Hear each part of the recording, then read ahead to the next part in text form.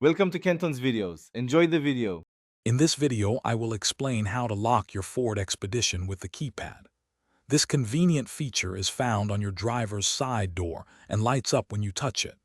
To secure your vehicle, simply press and hold the 7, 8, and 9 buttons together. There's no need to input any code first, making it a quick way to ensure all doors are locked, providing peace of mind and enhanced security for your expedition. Unlocking your expedition is just as simple. Enter your 5-digit factory or personal code to open the driver's door. To unlock all doors, input your code, then press the 3-4 button within 5 seconds. Your factory code is often on a card in your glove box, or you can retrieve it using a 2-key fob method. You can also program up to 5 unique personal codes through your vehicle settings or directly on the keypad. Beyond basic locking and unlocking, your Expedition's keypad offers more.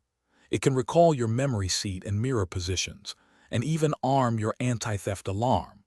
For added convenience, entering your code followed by 5-6 can open the power liftgate. For security, the keypad has an anti-scan feature that temporarily disables it after 7 incorrect attempts. The keypad's illumination also intelligently conserves battery in colder weather.